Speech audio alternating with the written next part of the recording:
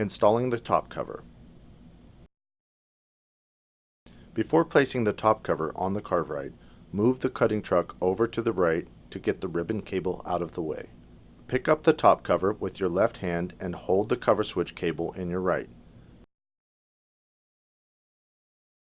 Feed the cable down the left side of the Y motor and guide it underneath.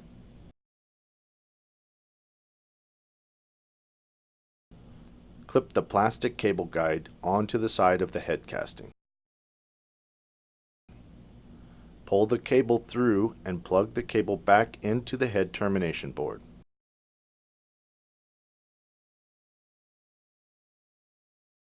Place the cover all the way onto the machine, being careful not to snag any cables. Plug in the cut motor cables. The color does not matter, they can plug in either way. Press the bullet connectors tightly together.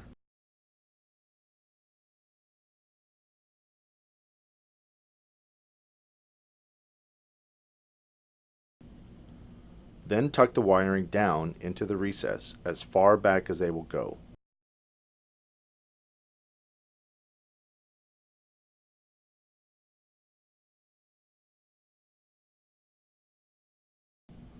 Slide the cutting truck over to the right to verify the wires are not obstructing the motor.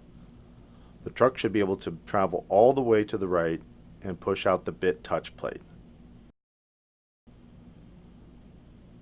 Replace the 2 screws that secure the back of the top cover.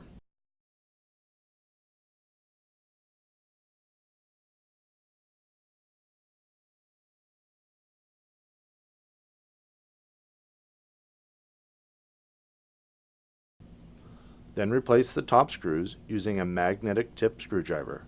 You may need to pull the cover forward slightly to align the holes.